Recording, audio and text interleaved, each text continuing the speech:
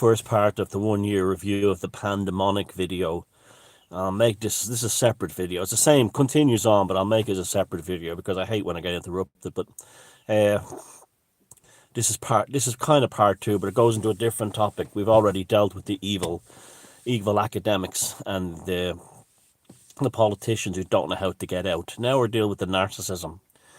Now, as I was saying at the end of the first video, Castlebar General Hospital, about 40, 50 miles from here, they made their own version of a TikTok video, Jerusalem thing, and they posted it to the community boards for County Mayo and Castlebar area, and it was met with absolute revulsion and hatred. The frontline pandemic dancing Jerusalem thing, you're all over with that now, fuckers. You've been found out by just about everyone what that's about. And it seemed evil. It seemed evil what they were doing in the of course, the big empty hospital as usual. And the frontline workers thing, the whole praising them went to their heads. And they literally started to thinking they were gods. They literally started to think they were gods. And they've been found out now. No, that's you know. In the early days, people were going, they're giving them a break. They're dying from being so busy, and the hospital's full of dead bodies from the corona pandemic. They're just doing it to let off steam, to stop them from having a nervous breakdown. No, they were doing it because they were bored. They had plenty of time to rehearse and do all the choreography and everything else. And I have relatives who work in hospitals here, and they say the hospitals are empty. And the bigger the hospital, the more empty it is. The government has to keep, not just here in Ireland, but in your country as well, the facade, as I said in the first video, the mirage, the chimera, the illusion of a pandemic. And of course, all hospital staff have been told to say nothing. They're on gag orders, so they'll be fired. So they can't come out in the meeting and say the hospitals are empty. So, in 25 years' time, when Freedom of Information Acts allow all the government documents to come out now, you will have things like people talking about how the hospitals are empty, and government saying we didn't know how to get out of pandemic because we realised that we were politically destroyed. You see, like the mirage was things like our Prime Minister here, Leo Varadkar, who was a doctor, as an eye doctor or something, an eye specialist, stepping down from his role as Taoiseach to temporarily fight the virus. It was a tacky, shitty, obvious PR stunt by this guy. And there he is. Make sure he's on the news, getting his white coat on in the hospital, talking to staff like the Prime Minister. And you have all these idiots on Irish media going, "Ooh, such a ledge," And it's like, Trump is telling people to drink bleach, but Leo the Ledge, he's actually fighting the Rona. Ooh, I'm so proud to be Irish right now. Ooh, such a ledge. And it was such a fucking tacky, obvious political stunt that how can an eye surgeon fight coronavirus, and or wherever he is, and oh my God. And then it all went to their heads, and then the videos were one after the thousands of them from all over the world, just whatever they could do, fucking nurses in the NHS in England going, "We're here to help you now because this is our rap." Oh, Jesus Christ. And you could kind of see now why. You see, the NHS in England has a terrible reputation for bullying. And lots of nurses commit suicide in the NHS and staff because of bullying nurses. And you got an insight to that, like, "I'm the head nurse of the ward. I'm here to help you with my rap." You can see that one the ones like that were fucking tyrants, and you can understand why staff underneath her commit suicide, and this kind of thing. And the narcissism of these people just came to the fore. So then even recently in Ireland, you had the cops doing Jerusalem, and that was like, what the fuck? And they were rubbing into Irish people's faces. "Look, we can go to these beauty spots we're bucking you from." Just like Luke O'Neill, I'm the only rocker left in Ireland. The same shit. Rub it in your face. So then they had a follow-up video on the stupid Late Late Show I did it here with they had people of the Defence Forces, and other was there. And all the other ones who were in public services were like, "How come... Where's the Coast Guard? Where's Civil Defence?" They all wanted their little bit of narcissism so they could be dancing heroes. And I said, like, hold on a second. if this pandemic is as bad as it is, and the biggest crisis affecting the emergency services is not being featured in a dance video, does that not tend to undermine that there's a fucking pandemic to begin with? And like I said, there's so many cheeseheads you will never reach. But when I saw the reaction to what happened in Castlebar the other day with their dance video and it was pulled down, it was like, wow. It was like people, well, it took them a year, but some of the people are finally actually getting wise to this is a bullshit thing. They're finally getting wise to it. So we're a year down on it. I don't know when it's going to end. I do believe in Ireland especially, I don't know how it is in your country, but I do believe in Ireland that the government is terrified of this ending for the simple reason as they will be politically destroyed. The three parties involved, the Greens, the three parties in the coalition government in Ireland are the Greens, Fianna Fáil and Fine Gael, and they are facing eternal decimation. They played the angle along in the beginning, thinking we'll be seen as the three parties that saved Ireland from disease, this the killer plague, and now they're seen as the three parties who destroyed Ireland with a lockdown, and they're desperate to find some kind of heroic closure to it, where they can close the thing down and say, well, we saved the country. But as more and more people becoming aware of Sweden, finally some Irish people are starting to become aware that places like Sweden, Japan, Belarus did not have lockdowns. And you don't have lockdowns in Texas and Florida at the moment. Florida's full of elderly people. They should be dropping dead by the score. They're not. Finally some Irish people are emerging from their miasma. And they're seeing, they're waking up. Now, I saw in America, there's a new tactic the Americans are using. I've heard Joe Rogan say it first. I'm not saying he invented it. I'm saying he picked it off someone else, obviously. But they're saying that, the reason why America, Sweden has no mass deaths is because it's a rural population all spread out in a small, tiny country. Sweden is about the same size as Ireland, a bit bigger. That's 10 million people.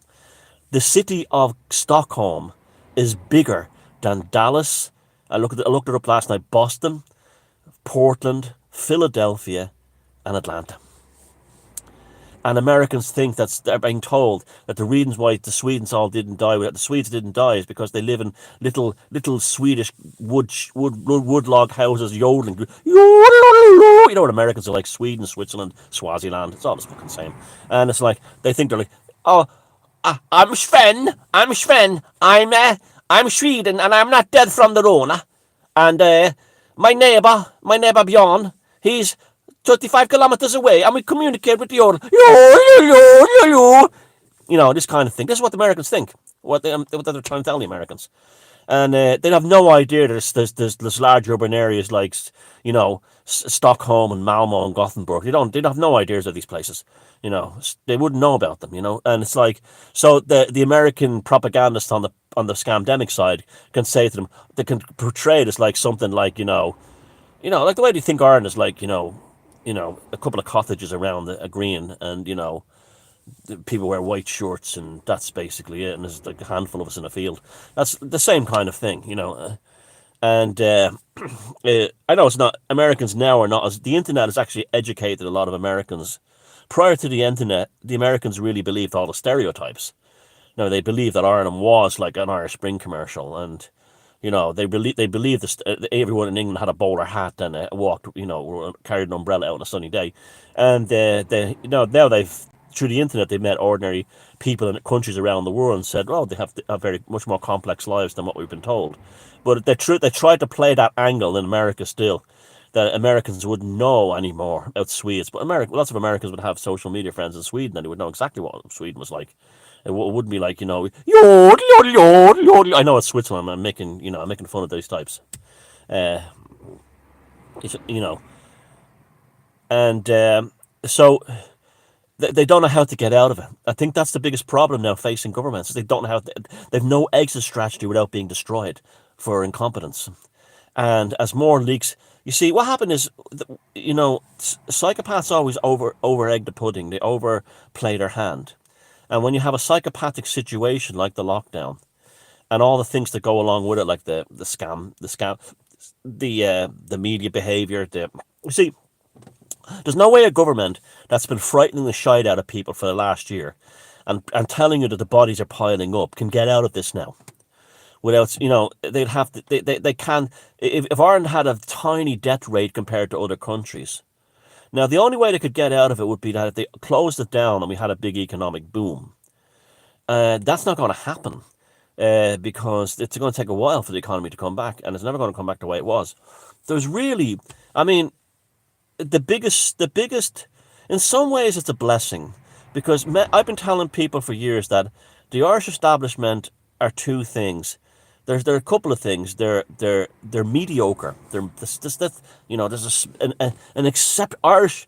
You talk about American exceptionalism. Well, the Irish establishment, and Ireland as a whole, has an exceptional mediocrity, and no one does mediocrity as good as the Irish, and no one, and so that's reflected in our government and everything else. Like, they think they're amazing for doing what they're supposed to do, that kind of thing. The Irish establishment is also incredibly highly nepotistic. Well, we saw that now with the leaks from Trinity College, Dublin. We're seeing now that the professors are probably all friends with each other, and they all know each other. It's all very palsy. Nepotism is massive with the Irish establishment here. This is why there's no talent on Irish television. It's all cousins, daughters, and friends of ones who are on the inside, who are in the in crowd, and this kind of thing. And so here we are, a year later, and I still maintain that if it is sum of the last year, it's been a war of good against a war of evil. And those that are good are us. We are. I've no doubt about it that I'm on the side of the good guys. I had no desire to terrorize people and have them terrified. Like I always said, this is very important, guys. And I want you to always remember this. I've been telling you since you first met me.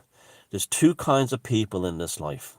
There's people that when you're around them, they make you feel better. And this is over a long period. Of course, everyone has up and down days, of course, up and down top periods. But overall, your time with them make you feel better. You're happier around them. And as soon as that deteriorates and starts to deteriorate, and you start distrusting them, you have to get rid of them. Because as soon as it starts feeling toxic, they have to go. Okay.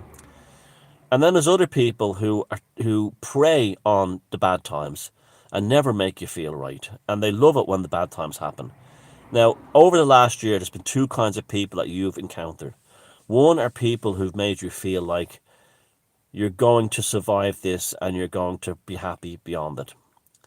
And the other side are, we're all fucked, we're all doomed, we're everything. That's, exactly now who to spend the rest of your life with and who shouldn't spend your life with. In your own family, in your own community, who brought you down and who lifted you up. Because I tell you, a lot of this has to do with weakness. And the weakness, Fiona Edgar posted a brilliant thing yesterday on social media about how Christianity has destroyed honour. Abrahamic religions have destroyed honour. And then when you've destroyed honour, the only way to get ahead in life is to be a grim worm tongue. And we've seen that we are surrounded by millions and millions of spineless grim worm tongues. Weak men are the most dangerous and treacherous and evil and destructive men of all. There's nothing more evil and weak, more evil and treacherous than a weak, frightened little man. And we've been surrounded by weak, frightened little men. Surrounded by them. And these people are never going to serve you right in the rest of your life. Because the Rona brought out the real person. It's the greatest education ever, as the real person's come to the fore. You look back on the last year and say, she made me feel great. He made me feel good. Thank God I have him as a friend. Thank God I have her as a brother, her as a sister. Well, you never know these days. Thank God I have them as a neighbours. Thank God that's my boss is like that. I've got a great landlord, he really helped me out. And then you look around and go, all that fucker did was talk about how many died today. All that fucker did was make fun of people who didn't believe it. All that bitch did was call people white nationalist conspiracy theories who just wanted to open up their business and get back to do their jobs. All that fucking cunt did there was enjoy seeing people suffering and locking them down and finding reasons to lock them down further. Remember that for the rest of your life. 1 year on, you've got the greatest education ever. I don't know precisely what the future brings. There seems to be the tide is turning and things are getting a bit better in terms of people becoming cognitively accepting of the possibility of this being a scandemic. But my God, even if it wasn't, remember you've been blessed with the greatest education ever, and that is who you're with and who you trust and who you're going to spend your time with from now on, and who you're getting the fuck out of your life. And I can tell you something, there's a lot of people right now who thrived during the pandemic as the heroes, the frontline workers, or the hysterical ninnies, or the ones who were screaming, look, glued to the TV trying to frighten everyone else, the ones screaming, put on your fucking mask, and these types, they're going to find themselves being very, very lonely when this is all over. Very lonely indeed. And they're going to find themselves just like the French collaborators were when World War II ended. There was there were millions and millions of French people that the French who didn't want the Nazis there, didn't collaborate with them, would never talk to ever again. They put them in what they call Coventry. Means they don't talk, don't have anything to do with it. And there was a huge number of French population who were excluded from life, just from things like saying hello, or little things like if they had a problem, they collaborate with the Nazis. I'm not going to help them. And the same thing is going to happen with this too. I'm not saying do it. I'm just saying it's going to happen. It's going to happen. It's like there was no pandemic, and that cunt knew that, and he had my kids and my wife terrorized. A fucking bastard. And that's what to remember from this year going forward. You got the greatest education ever. Now it's time for the creators and the artists to step forward and to build this new reality going forward, this parallel society. It's a the artist again will find the way and be the pathfinders for us, no doubt about it. Musicians, painters, and so on, and real ones, not Luke O'Neill with his guitar mocking people he's put out of work, musicians he's put out of work. Real artists, and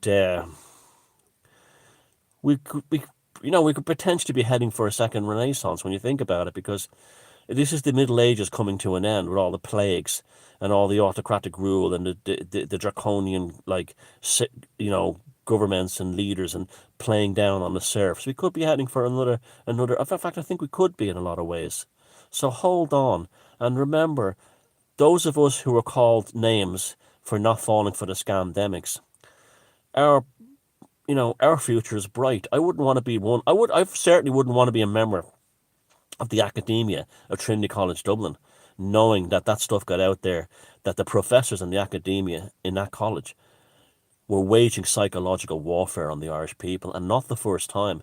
Until the 1970s, Catholics couldn't attend Trinity College, and in the 40s and 50s, I think in the 40s, the students of Trinity used to all stand in the windows mocking the ordinary Irish people going by. They'd be like Irish people in poverty, and this kind of thing, and the wearing their straw hats and their stripy blazers. The Trinity professors and students would be drinking champagne, going, "Oh, you stupid Irish," and all this kind of stuff. They're all like Anglo-Irish. That really went on and walking through College Green, until one day a group of students from University College Dublin, led by, I think it was Charles J. High, who became a future Prime Minister of Ireland, stormed the college and beat the shit out of the faculty and the students who were mocking the poor people in the streets. And it never happened again until 2020. They started it up again. Maybe it's time for a lesson to be sent to Trinity College by the Irish people again, that you're not going to mock us anymore. And the same in all your other countries. The same thing has to happen. The same monsters, that parasites and psychopaths and that goes from like even members in your neighborhood, the ones who thrived under your oppression, who reveled in the suffering of others, the lizard-brained nutjobs who became like, coronavirus Gestapo in the neighborhood. The ones who were out banging the pots and wondering where, telling the neighbors, your man at number 23 didn't come out. What's his story? These people have a very dark future ahead of them, a very dark future ahead of them. And so, of course, people who believed in the whole virus thing, but they never used it to hurt anybody or pick on anybody, of course, they're left alone. They're fine. But the ones, like I always said, they made lists of us. And remember, we don't have to write down lists like them. We're not Gestapo. But we remember who behaved like that. This one year, the clarity was phenomenal. We got to see who is really who, and we got to see what kinds of people we want to spend the rest of our lives with and the ones we don't want to be with. And I think in many ways it'll be a very beautiful thing. It's like, people who have been sick, like with a terminal disease, and they get better and they say, well, fuck this, I'm really going to live my life now. And they do, the ones who do it. And they quit their job and become paint. They stick a paint, they're going to travel the world. Or they do things that they would have never done before they were sick. Well, we're now in the same position. We're now like, well, when this lockdown ends, let's kick ass and let's rock and roll. Take care. Love yous all. Bye.